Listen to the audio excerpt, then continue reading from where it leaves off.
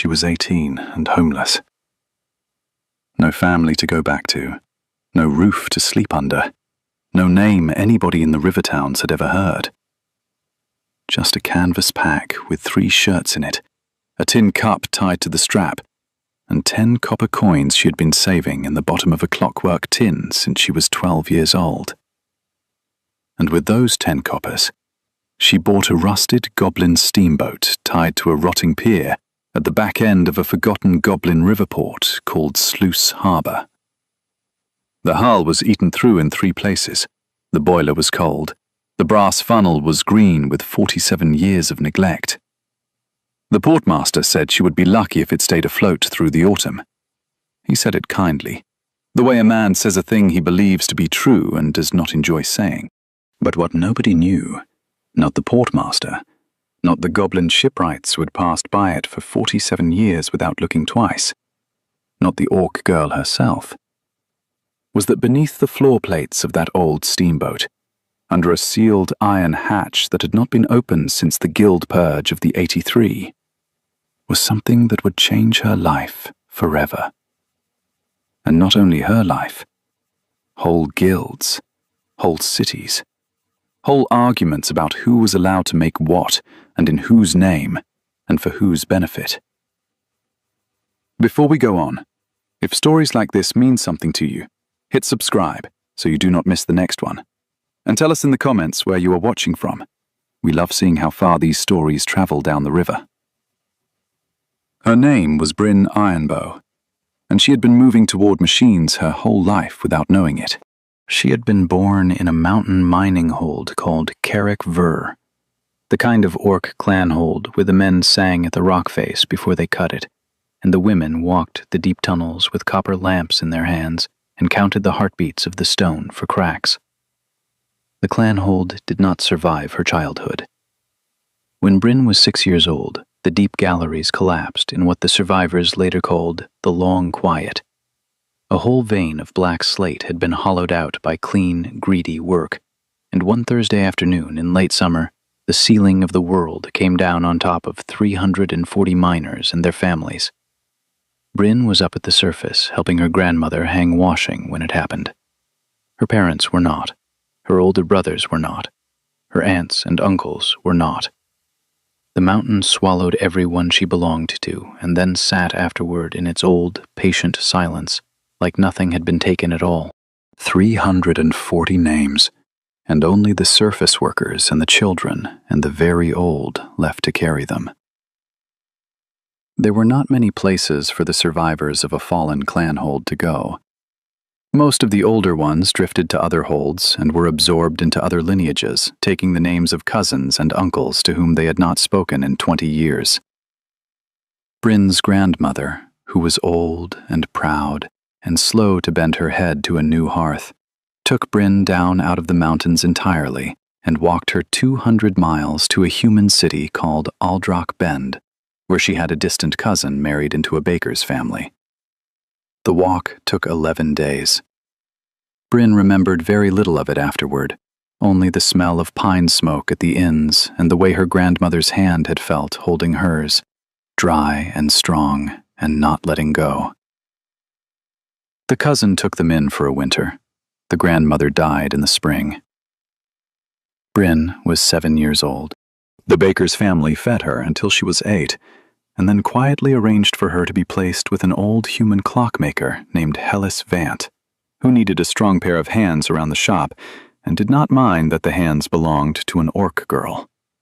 Because Hellis Vant did not mind many things that other people in Aldroch Bend minded very much. Hellis Vant was a thin, gray-bearded man with bad lungs and very good eyes.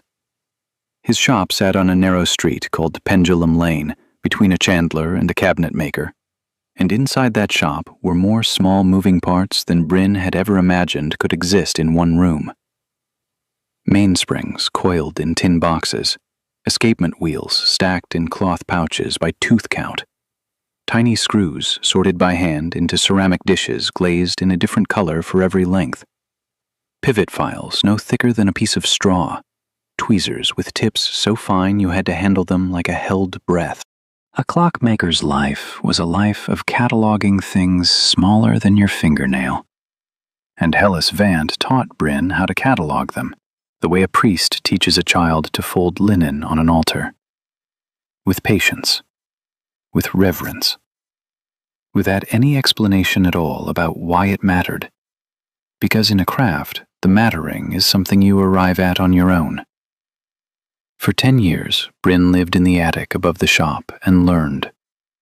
She learned to wind a flat coil spring without kinking it. She learned to read the wear patterns on a worn gear tooth and tell you which way the mechanism had been overloaded. She learned that an escapement was not a part, but a conversation, that the pallet fork and the escape wheel were arguing politely with each other thousands of times an hour, and that a good clockmaker was a marriage counselor between two pieces of brass. She learned that everything mechanical was a language, and, like any language, it had grammar. And the grammar of mechanism was force, friction, and time. If you understood those 3 words, you could read a machine the way other people read a book. If you did not, you were just a person tapping on a closed door. She learned, too, what Hellis Vant taught only by example, that a tool was respected by the way it was put back into its place, that a customer was respected by being told the truth about the cost, that a mechanism was respected by being given the time it needed. None of these things were spoken. All of them were absorbed. Hellis Vant taught her one other thing that mattered later. He taught her that her hands were unusual. Not strong, although they were strong. Not fast, although they were fast. Unusual. He told her once, holding a half-assembled pocket watch in his palm under his lens, that he had trained 9 apprentices over 40 years, and that her hands worked the way the hands of a watchmaker worked after 30 years of practice. That she was reaching for the right tool before she had finished thinking about the wrong one. That she was settling springs back into their seats with the kind of pressure that says, "I have done this so many times, my fingers have a memory of their own." He did not know where it came from. He said this only once, and only when he had been ill for a long time, and only because he wanted her to know that what she had was a thing to be careful with. "People who have unusual hands," he said, "sometimes attract unusual trouble." Bryn was 15 years old then. She did not understand him. She tucked the comment into the back of her mind the way she tucked small, useful screws into the back of a drawer, and she went on with her work. She would not understand him until she was 19, alone on a boat in a Goblin port, holding a brass cat that had been waiting 47 years to be wound. Hellis Vant died the winter Bryn turned 17. He went quietly in his sleep one night in the upstairs room behind the shop, with a half-drunk cup of nettle tea on the table beside him, and a clock he had been repairing still ticking on the workbench downstairs. She found him in the morning. The tea was cold. The clock was still ticking. She sat with him for an hour before she went to fetch the apothecary, because she did not yet know how to be in a world that did not have him in it, and an hour, she thought, was the least she owed him. The shop passed by law to his nephew, who lived 2 cities away and had never once visited, and had no interest in clocks. The nephew arrived in Aldrock Bend 3 days after the burial, walked through the shop in 20 minutes, told Bryn that he would be selling everything to a chandler who wanted the building, and that she had until the end of the month to find somewhere else to be. He was not cruel about it. He simply did not see her as something he had inherited. She was an orc girl in an attic. He was a man with a property to dispose of. The 2 facts did not overlap in his mind, and so she did not appear in his accounting. Bryn packed her things in 3 days. There was less to pack than she had expected. A spare canvas shirt, a wool coat that had belonged to Hellis Vant and that she had been allowed to wear in his last winter. A roll of tools wrapped in oiled leather, the only thing the nephew had let her keep without argument because they were stamped with her name on the handles, and even he was not bold enough to take a tradesman's stamped tools. A small clockwork tin she had assembled herself when she was 12, in which she kept her saved coins, and a folded paper drawing her grandmother had made for her once, of the deep galleries of Carrick-Ver. The drawing was crude. The folds in the paper had worn through in 2 places. She kept it anyway. She left Pendulum Lane on the morning of the first frost, walked through the gates of Aldrock Bend with her pack on her shoulder and her tools at her hip, and went looking for work. She did not find work, not the kind of work she could do.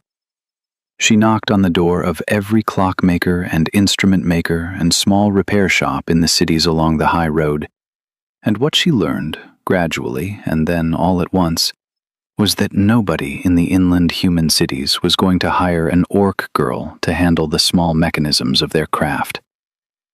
The masters who looked at her hands could see what Hellas Vant had seen. She watched them see it. She watched their faces shift through 3 expressions in quick succession: recognition, calculation, and then refusal. The refusal was always polite. The shop is full. The apprentice's contract is signed. The work this season is light. The reasons were always different. The reason was always the same. She was an orc, and orcs were for heavy labor, and the small, bright work of brass and steel was not something an orc girl was permitted to be good at in those cities, no matter what her hands could do. 2 of the masters offered her work in the back, hauling coal and lifting crates. One of them said the words "wasted on this kind of strength" in a way she thought was complimentary, until she understood it was the opposite. She thanked them and left. By the end of the month, she had walked nearly 100 miles, and slept in 5 different barns, and had her tools out only twice: to fix a barn lantern in exchange for a meal, and to repair the bent latch on a farmer's grain bin in exchange for a place to sleep. The farmer had watched her work on the latch, and had said nothing while she did it, and had brought her a bowl of barley soup afterward, and asked her, almost shyly, if she could also fix a music box his late wife had loved. She fixed it. She did not charge him. He let her sleep 2 nights in his hayloft instead of 1, and gave her a heel of bread for the road. Her 10 coppers in the clockwork tin had not grown. Her hopes had. She kept walking. She walked east, because east was where the rivers were, and somebody on the road had told her there were goblin towns on the rivers where the rules about who could do what work were looser, because goblins did not care about anything except whether the work got done. So she walked toward the rivers, and on the 11th day of walking, she came down out of the hills into the broad, slow valley of the Murmur, the wide brown river that ran from the mountains down to the great sea. And she came at sunset into a goblin port town called Sluice Harbor. Sluice Harbor was not large. It was a slow river town that had grown the way moss grows on a wet log, in patches without a plan. Wooden buildings leaning over the water, walkways of planks set on barrels, a market under a long tin roof where goblins in leather aprons argued over copper kettles and salted fish and the cured tongues of river eels. The river itself moved through the town slow and brown and easy, and tied along the working piers were boats of every kind: fishing skiffs with patched sails, hauling barges with their flat backs heaped with sacks of grain, small, sleek goblin steam launches with brass funnels and chuffing kettles. And further down, on a side pier where the wood was rotting and nobody walked, a row of older boats nobody wanted. Boats waiting for the scrapyard. Boats with the slow dignity of things that had been useful once and were now simply waiting to be told they were finished. Bryn walked into Sluice Harbor with 3 coins in her tin, and a stomach so empty it had stopped speaking to her. She asked at the market for work and was told to ask at the piers. She asked at the piers and was told to ask at the shipwright. She asked at the shipwright a fat one-eyed goblin named Breck, who looked her up and down once and laughed without any meanness, and said that he had no use for an orc girl in his sheds, but that she could try the portmaster if she wanted to haul cargo. The portmaster's name was Vecket. He was older than the shipwright, drier than the shipwright, and he ran the slip rents and the auctions and the documents from a tin-roofed shack at the head of the main pier. Bryn knocked on the door of the shack at the end of her first day in Sluice Harbor and asked if he had hauling work. Vecket looked up from a ledger. He was a small, gray-skinned goblin with a long nose and a long memory, and he was the sort of being who could measure a stranger against an old picture in his head in the space of 3 breaths. He measured Bryn for those 3 breaths, and did not say what he was thinking. Instead, he said, in the dry tone of a portmaster who had stopped expecting anything from anybody, that he had no hauling work for the season. The barges were thin this autumn. The river was low. He had men he had to keep busy already. He turned back to his ledger as if the conversation were finished. Bryn stood in the doorway of his shack and did not leave. She did not know yet why she did not leave. Later, she thought it was because she had simply run out of places to go, and the doorway of his shack was the last doorway she had walked up to, and once she stepped back out of it, she did not know in which direction to step. So she stood, and Vecket, after a moment, looked up at her again. "Girl," he said, "I have no work."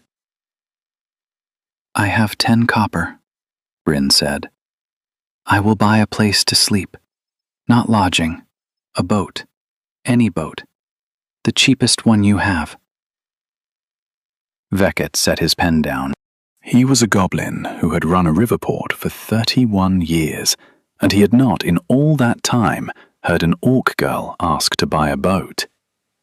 He looked at her, and he looked at her tools, and he looked at her boots, which were good boots, and he looked at her hands, which were strong and clean, and held in front of her with the still composure of a person who knew how to hold them. And he said, slowly, "Come outside." He walked her down the main pier, and across the working piers, and out along the side pier, where the rotten wood creaked, and the boats nobody wanted leaned against their lines like old animals waiting for the slaughterman. At the very end of the pier, half listing to its starboard side, with rust eating the waterline and the brass funnel green with corrosion, and the wheelhouse windows broken and patched with rags, sat a Goblin Steamboat about 40 feet long. It had the squat, practical shape of a working steam launch from an older century. Twin paddle wheels in housings on either side, a high, boxy cabin amidships, a foredeck with a coiled mooring rope going green. The whole thing sat in the brown water like it had been forgotten by even the river. Vecket pointed. "That one," he said, "belonged to a goblin named Tidderick Cogspark, old engineer, dead now, 47 years. The slip fee on it has been owed for so long the marina charter says the boat is to be broken up for scrap. But nobody is bothered because nobody wants the work of breaking it. You want 10 copper worth of trouble, girl. That is 10 copper worth of trouble." Bryn looked at the steamboat. She did not know yet how to read a steam launch the way she had learned to read a clock. She did not know yet what she was looking at. But she knew brass when she saw it, and she could see brass through the rust if she squinted, and she could see that under all the neglect, somebody had once cared about this hull very much. The deck planking, where it was visible, was not pine.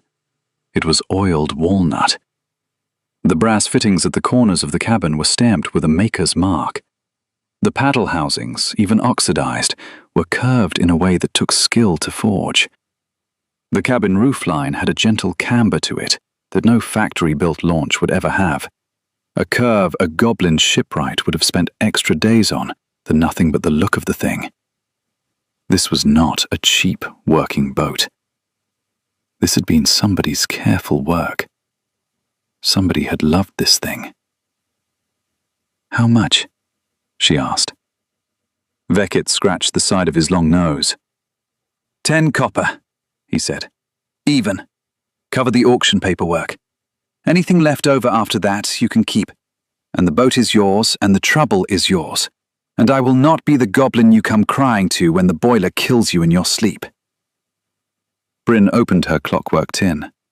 She counted 10 copper coins out into Beckett's open palm. 10 thin discs of stamped Riverport copper, each one the size of her thumbnail, the entire balance of her savings since she was 12 years old. Beckett closed his fingers over them slowly. He was looking at her hands as he did it, and he was no longer looking at them the way the human masters had looked at them. He was looking at them with something else in his eyes. Recognition, but a different recognition. He did not say what it was. He produced from an inner pocket a small slip of paper and stamped it with a wooden stamp, and wrote her name on it after asking for it, and handed her the slip. He pointed at the steamboat. "You have a deed," he said, "and you have a problem. Sleep on it tonight. If she is still floating in the morning, you and I will talk again." He turned and walked back up the pier, and Bryn was alone with her steamboat in the gathering dark. She slept on the foredeck that first night, because she did not yet trust the cabin floor. The deck was hard under her bedroll, and the night air on the river was cold even in early autumn, and she lay on her back and looked up at the stars between the cypresses on the far bank, and listened to the new sounds of her new life.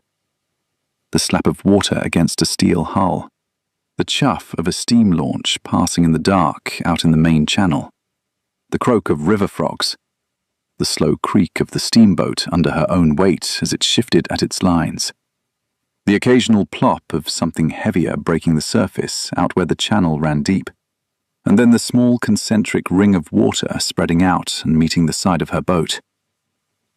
She had nothing. She had a boat that might sink before morning. She had 3 half-eaten strips of dried river fish she had bought at the market with the last of the loose coins that had been outside her tin. She had no plan and no protector and no idea what to do in the morning. And lying there on her back on the cold deck of a rusted 47-year-old steamboat in a Goblin port town 200 miles from anywhere she had ever lived, she felt, for the first time since Hellas Vant had died, the small, clean feeling of being exactly where she was. She did not have a word for it. She did not need one. She closed her eyes and slept. She woke in the dark before dawn to the sound of a tiny mechanical tick. It was very faint. It was coming from inside the cabin, somewhere in the wall to her left, slow and small like the second hand of a pocket watch, but irregular, like a watch with a sticking escapement. She lay still on the foredeck and listened to it. It came and went. 3 ticks, a pause. 2 ticks, a long pause. 6 ticks. She knew that sound. She had heard that sound her entire trained life. That was not a frog. That was not a settling timber. That was a mechanism trying to move and not quite making it. She got up. She lit the small tin lantern she had been allowed to keep from the shop. She opened the cabin door for the first time and stepped inside. The cabin smelled of old varnish and river damp, and the dry, powdery scent of fabric that had been mildewed, and then dried, and then mildewed again over decades. It was bigger inside than it looked from outside, the way a well-laid-out small space always is.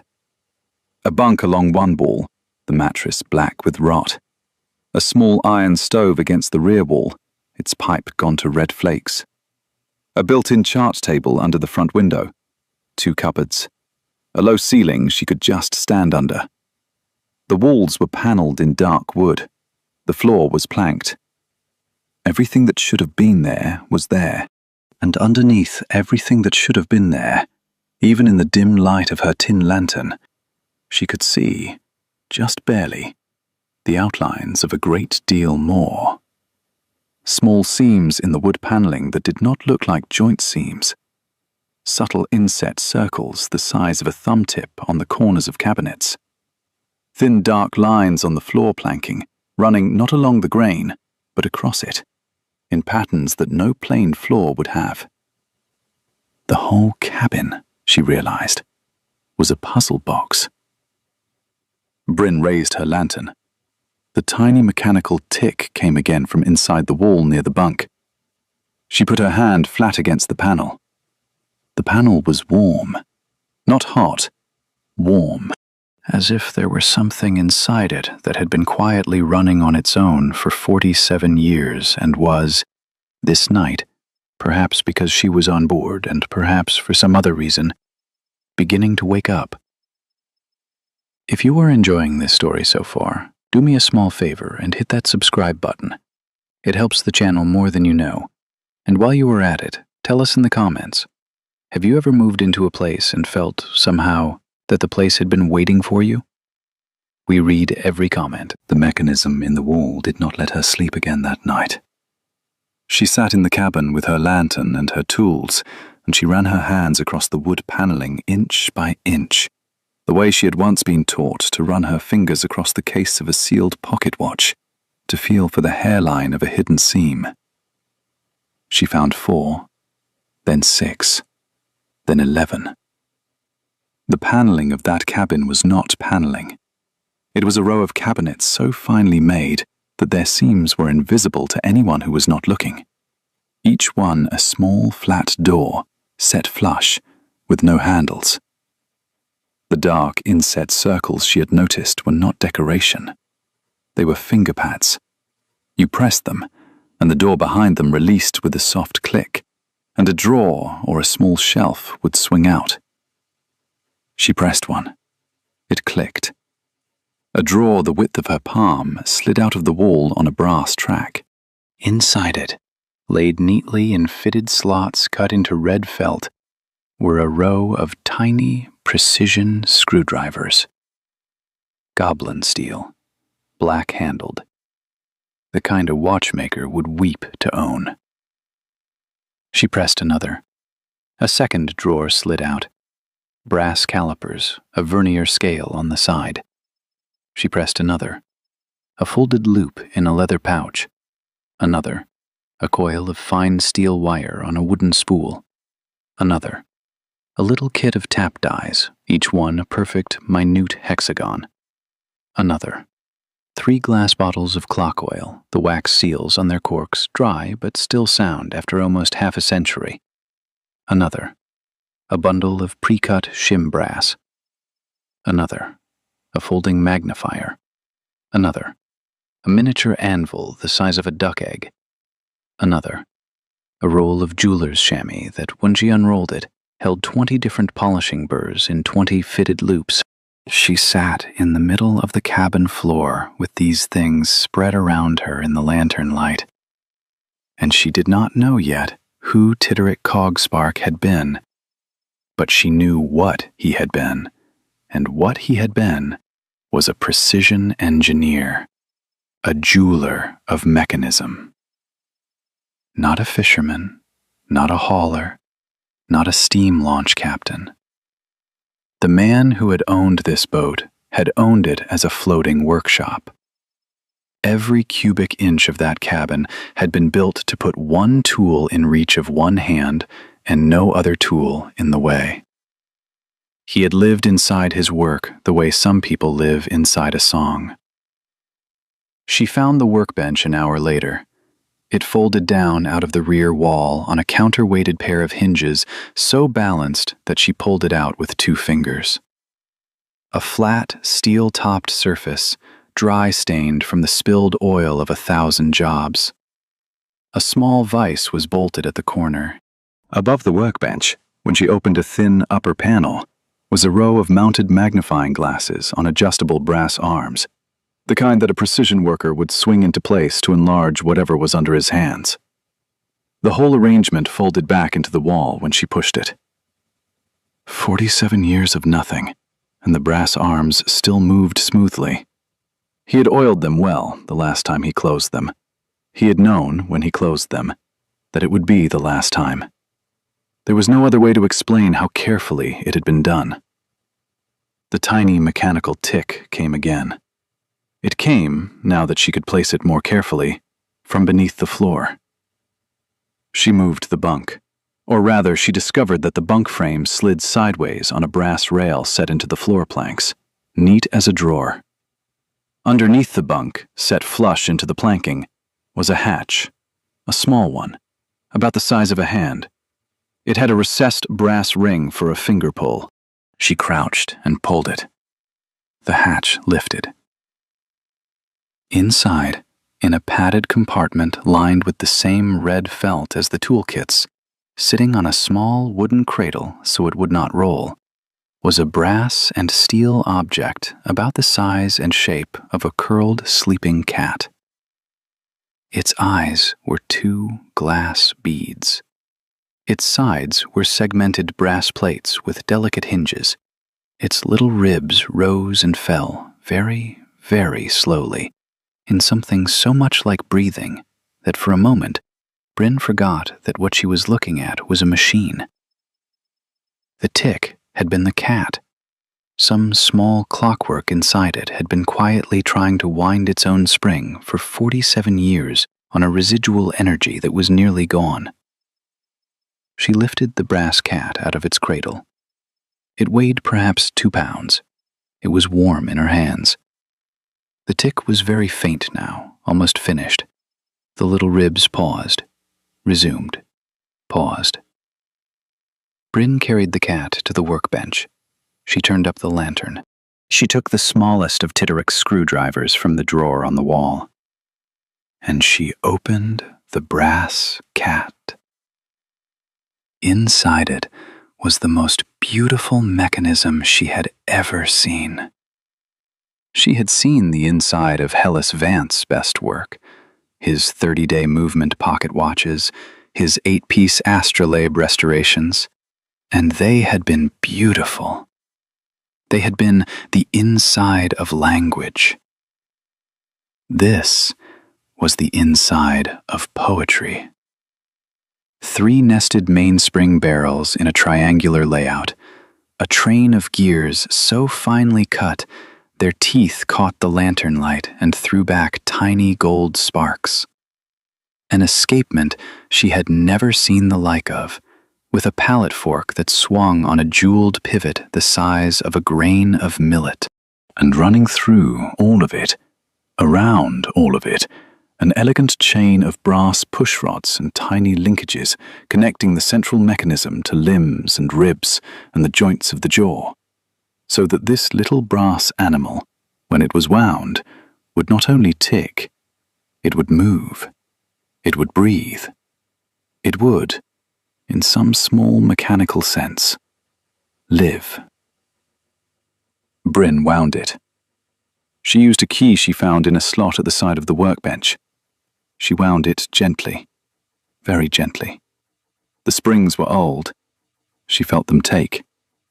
The cat in her hands gave a single, slightly louder tick. Then another.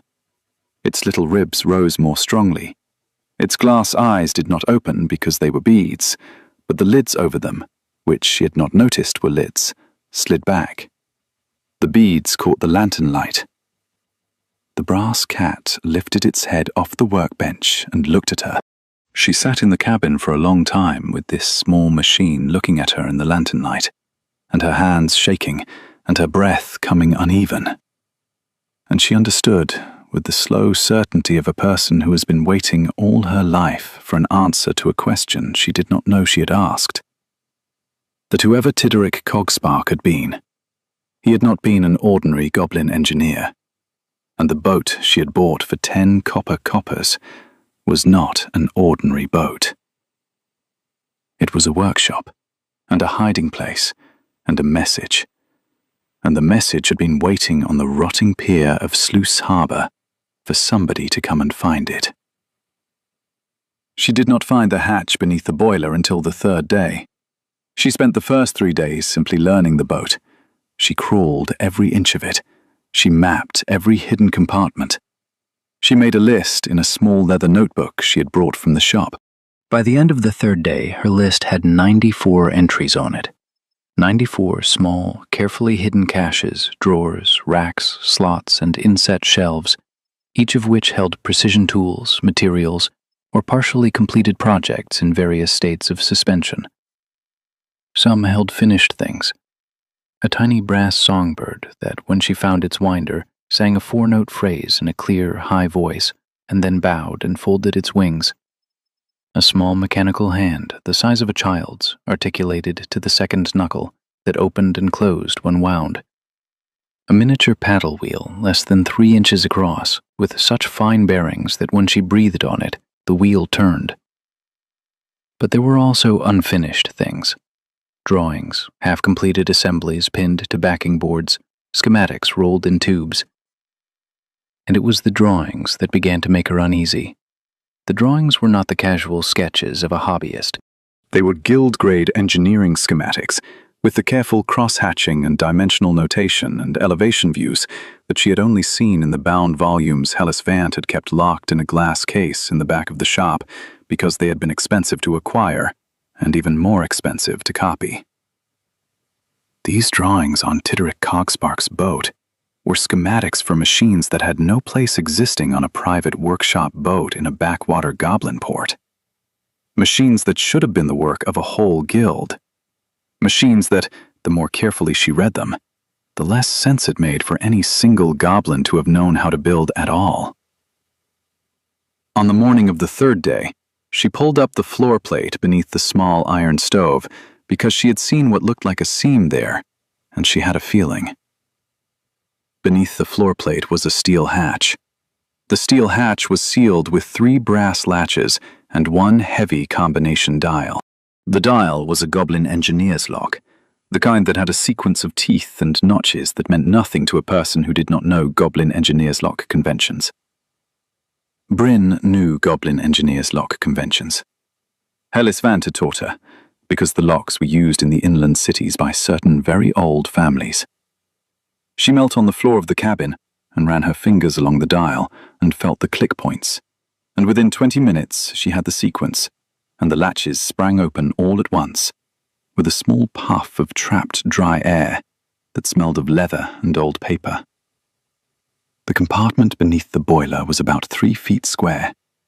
It was lined entirely with cedar planking, the way a good cigar humidor is lined, to keep moisture away from what was inside it. And what was inside it was a stack of leather folios bound shut with cord, and on top of the stack, a small sealed iron box, and on top of the small sealed iron box, a folded sheet of paper.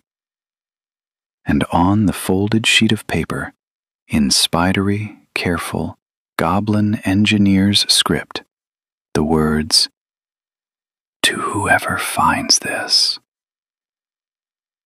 Bryn lifted the paper out. She unfolded it.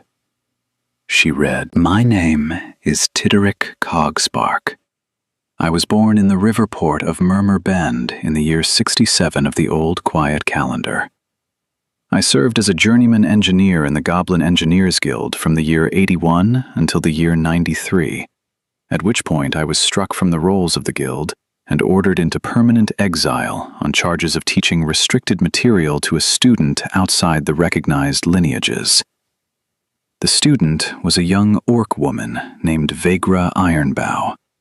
She was the daughter of a Deep Galleries miner from the clanhold of Carrick Ver, and she was the most gifted engineer I ever taught. I taught her because she came down out of the mountains to Murmur Bend at the age of 17, looking for someone who would explain to her why the Deep Galleries had collapsed, because she had been a junior shot firer in those galleries, and she did not believe the official report that blamed the weather. I taught her because she was right. I taught her because the official report was a lie, and the real cause had been a design flaw in a guild-approved support frame, and the guild did not want a young orc woman exposing that flaw. And so I taught her the schematics she would need to prove what she already suspected. I am writing this because I have been told that she is no longer alive, and that the guild has destroyed every copy of the proof we built together, and that the official report stands. Vagra Ironbow was the great aunt of any child of her younger sister, who was at the surface of Carrick Ver with their grandmother on the day the deep galleries fell. If you are reading this, and you are an Ironbow, you are her blood. The schematics in this compartment are the work we did together.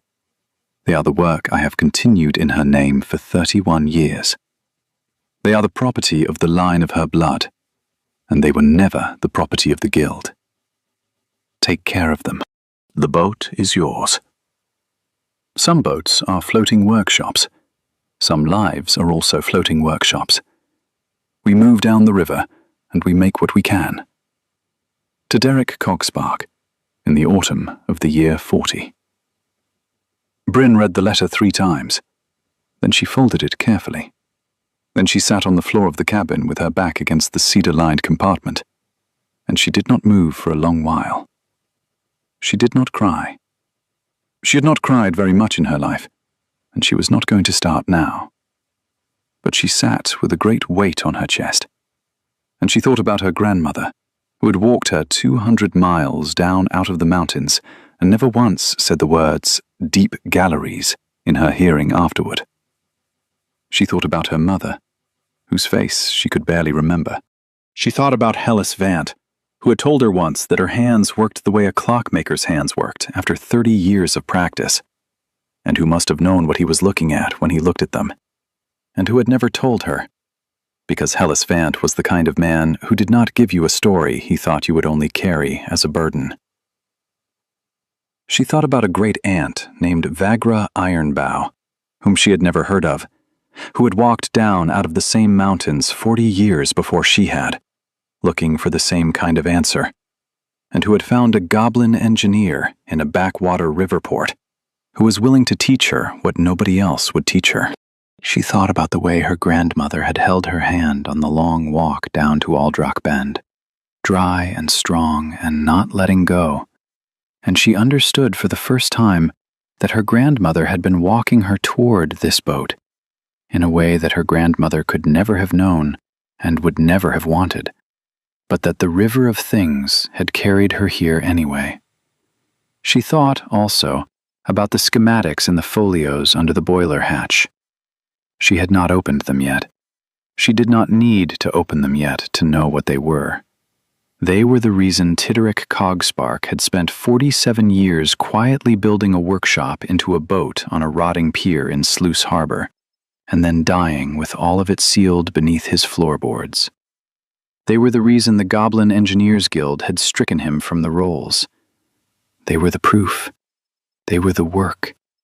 They were what her great-aunt had died trying to bring into the light. And they were now, as the letter had said, hers. She did not open the folios for 2 more days. She busied herself instead with the boiler. The boiler was the heart of any steamboat, and if she could not get the boiler working, the boat would never move again, and a workshop on a boat that could not move was just a workshop. She wanted, she found, very badly to be able to move. She did not know yet where she would go, but she wanted to be able to. The wanting itself was new. She had not, in her 17 years in Aldrock Bend, wanted very much of anything she could name. She had wanted to be left alone with her work. She had wanted Hellis Vant not to die. She had wanted, vaguely, for the looks in the human shops to mean something different. But she had not wanted any of it the way she now wanted this boat to move under her on the water. It was a clean wanting. She held it the way she would hold a finished spring. The boiler was in better shape than she had expected. The fire tubes were sound. The water jacket was sound. The pressure gauge was glass cracked, but the mechanism behind it was good. What had killed the boiler was simply that the safety release valve had seized open 4 decades ago, and the boiler had sat empty all that time with no pressure differential to keep it sealed, and the corrosion had been gentle and steady. She cleaned the valve. She replaced the gasket on the access plate with strip leather from one of Diderick's drawers. She filled the water jacket from a bucket. She built a small fire of charcoal and pine in the firebox. She watched the gauge. The needle quivered, hesitated, and began very slowly to climb. The boiler took pressure for the first time in 47 years on a clear, cool morning in mid-autumn. And when the safety valve hissed for the first test release at the proper pressure, Bryn sat back on her heels on the deck of the boat and laughed out loud. A single, short bark of a laugh, the first sound of laughter she had made in a long time. From the pier, she heard another laugh. She looked up.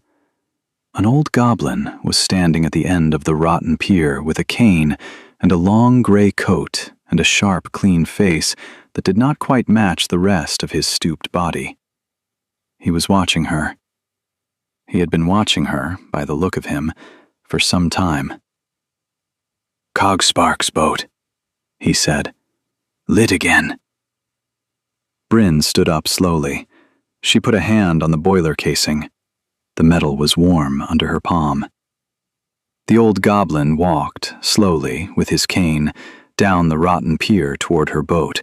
He did not look like he was going to fall through it, but she watched the planks under him anyway. He stopped at her gunwale. He looked into her face. He nodded once. He said, "Mosglim, friend of Cogspark. I've been hoping somebody would buy this boat for a great many years." He climbed aboard with help from her hand, and he sat down on the foredeck on an upturned bucket, and they began to talk. They talked for the rest of the day. He told her things.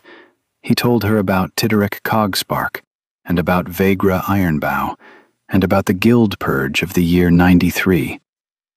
He told her about how Vagra had not died in any clean, honorable way, but had been found one morning at the foot of a guild building in Murmur Bend, with her notebooks gone, and her hands deliberately broken. An example made of her. The guild record listed her death as a fall. He told her how Tideric had been allowed to live in exile because they had thought him broken too, and because they had assumed his exile would silence him. And they had been wrong. And the work he had continued for 31 years from a workshop hidden in a steamboat at the back of a goblin river port was the proof of how wrong they had been. He told her that he, Mosglim, had been Tideric's only friend, and that Tideric had told him before he died that the schematics would not leave the boat, that they were for the blood of Vagra Ironbow, if any of that blood ever found them, and for no one else.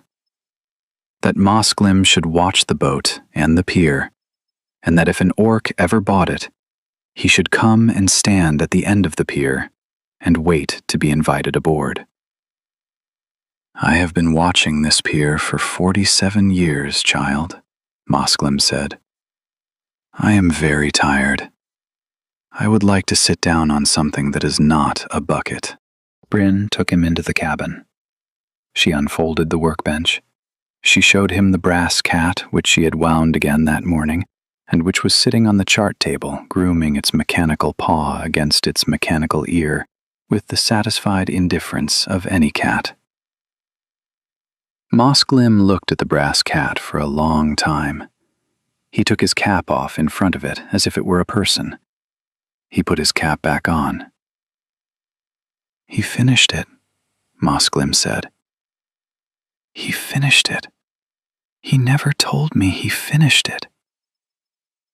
They sat in the cabin, and Bryn brought down the folios from beneath the boiler hatch and laid them on the chart table. She had still not opened them. She opened the first one now, with Mosglim watching. It contained the original schematics for the Deep Gallery's support frame of Carrick Ver, annotated in 2 hands, one of them goblin and one of them orc.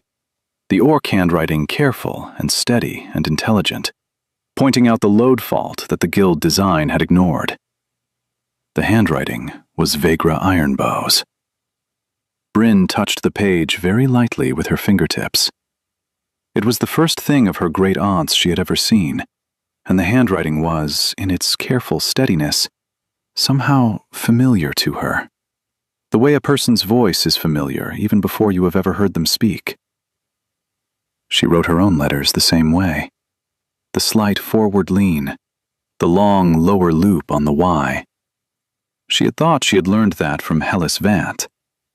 She had not learned it from Hellas Vant. She had been born with it. The next folio. The next. The next. There were 41 folios in the compartment under the boiler. They contained, between them, the technical proof of the design fault, the corrective designs that would have made such collapses impossible, and, branching up from those, 31 years of further engineering work that Tideric Cogspark had continued in his exile, applying the principles he and Vegra had developed to other guild-restricted problems. Boiler safety, lift mechanisms, mine ventilation, cable bridge tensioning. The folios were, in their quiet, patient, stacked weight, the work of two engineers who had loved their craft more than they had loved their lives, and one of whom had paid the full price. Mosklim closed the last folio. He sat back in his chair. He was very old. He looked at Bryn across the chart table. "Child," he said, "what will you do with them?" Bryn did not answer right away. She thought about it. She put her hands flat on the table. She looked at the brass cat, which had stopped grooming and was watching her with its glass bead eyes. She looked at the folios. She looked at the schematics laid open. She looked, finally, at Mosklim, and she said slowly, "I will release them. Not all at once, not with my name, with my great-aunt's name. I will release them one at a time, the way a river drops one leaf at a time, so that they cannot be gathered up again and burned. I will fix boats while I do it.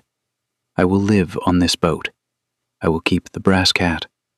And in 30 years, if anyone in any guild anywhere asks who Vegra Ironbow was, they will know." Mosklim nodded. He said, "Then you will need help." He helped her. He came every day for the rest of that autumn and into the winter. He brought her food and tools she did not have, and books, and the names of 3 goblin scholars in 3 different river towns who would publish a schematic anonymously if asked properly. He sat on the foredeck in the sun and told her stories about Tideric Cogspark and about Vegra Ironbow as he had known her in her one brief year in Murmur Bend, and Bryn wrote everything he said into a leather notebook that she kept in the drawer of the chart table beside the empty wax cylinder of the lock on the boiler hatch. Mosklim said that Vegra had been quiet and serious and had laughed only twice in the year he had known her, but both times the laugh had filled a room. He said her hands had been Bryn's hands. He said she had carried a small green stone in her pocket from the deep galleries of Carrick Ver, and had taken it out sometimes during long calculations and turned it over in her fingers and put it back. He said when Tideric had received the news that she had died, he had not spoken for a week. He had simply sat on the foredeck of this boat and looked at the river. And she worked. She worked harder than she had ever worked in her life. She rebuilt the cabin one panel at a time, sanding and re-oiling the dark walnut, replacing the bunk mattress, sealing the deck planking with goblin pitch. She rebuilt the paddle wheel mechanisms. She replaced the broken wheelhouse windows with fitted glass she traded for at the market. She painted the hull, after stripping it to bare steel and treating the rust spots, with a coat of deep boiler black with a green waterline, a color combination Mosklim told her Tideric had used on every boat he had ever owned. She started, in the evenings, to take on small repair work for the boats moored along the working piers of Sluice Harbor. A pump impeller for one, a jammed governor for another, a failing pressure gauge.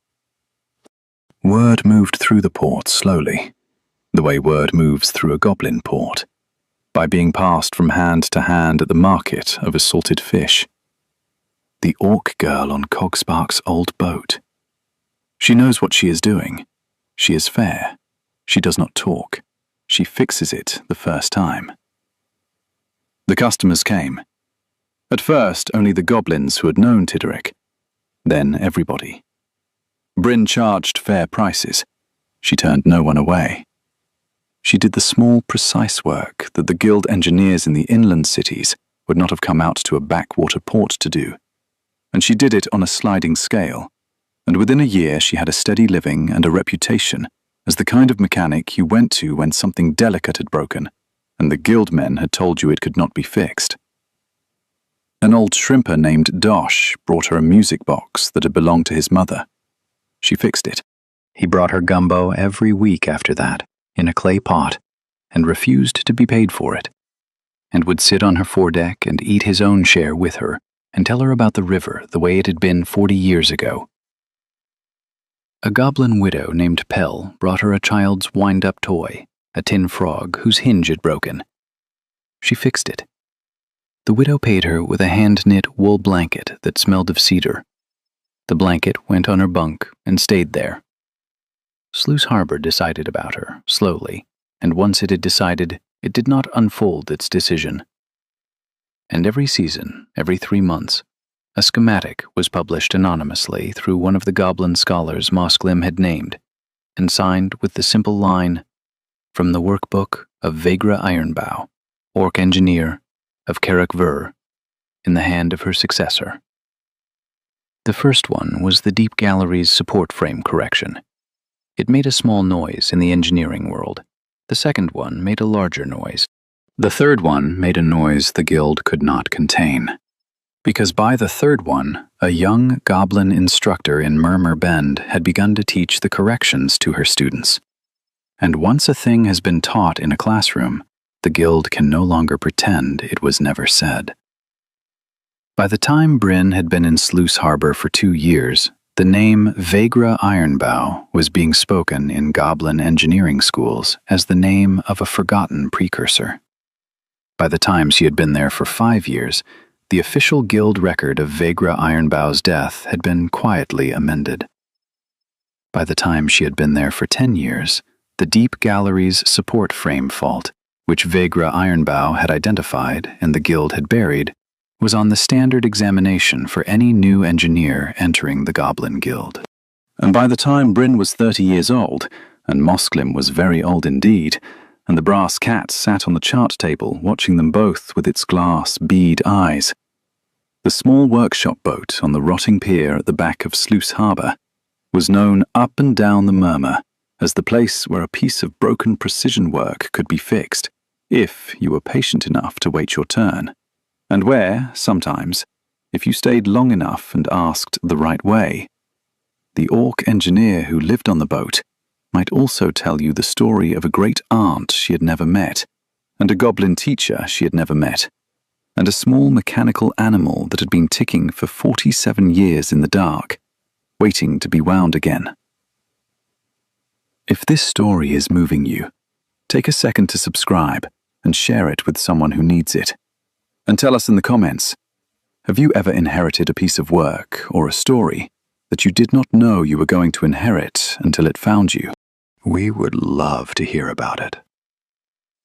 Bryn Ironbow was 18 years old and homeless. She had 10 copper coppers to her name. She spent them on a rusted Goblin Steamboat at the back end of a forgotten river port. The boat was a workshop. The workshop was a hiding place. The hiding place was a message. And the message had been waiting for her. Exactly for her, and for no one else, since long before she had been born. There is a kind of inheritance that comes to you in a will, with paperwork and witnesses and a stamp. And there is another kind, which moves through the world more slowly and arrives more strangely, which finds you the long way around, through the hands of strangers and the patience of friends you have never met. The first kind is given to you. The second kind, you have to step toward. You have to walk 100 miles. You have to sleep in 5 barns. You have to stand in the doorway of a portmaster's tin-roofed shack and refuse to walk back out of it. You have to count 10 copper coppers into an open palm. You have to lay down on the deck of a rusted boat in the dark and feel something in the wall start to tick. For Bryn Ironbow, the second kind of inheritance found her on the back pier of Sluice Harbor at the age of 18, in the shape of a steamboat she could not yet read, and a man she had never met, and a great-aunt she had never known. She spent the rest of her life answering it. The boat carried her, and she carried the boat, and between them they carried a name out of the dark and back into the light where it belonged. Some boats are floating workshops. Some lives are floating workshops. We move down the river, we make what we can, we finish what was started before us, we start what will be finished after us, And if we are lucky, and if we listen carefully on our first night in our new place, we will hear in the wall behind us a small mechanical tick, very faint and very patient. And we will know that we have arrived exactly where we were going. If this story moved you, hit subscribe and share it with someone who needs to hear it. And tell us in the comments, what is a small thing in your life that you have been pulled toward without knowing why? We read every one. See you in the next story.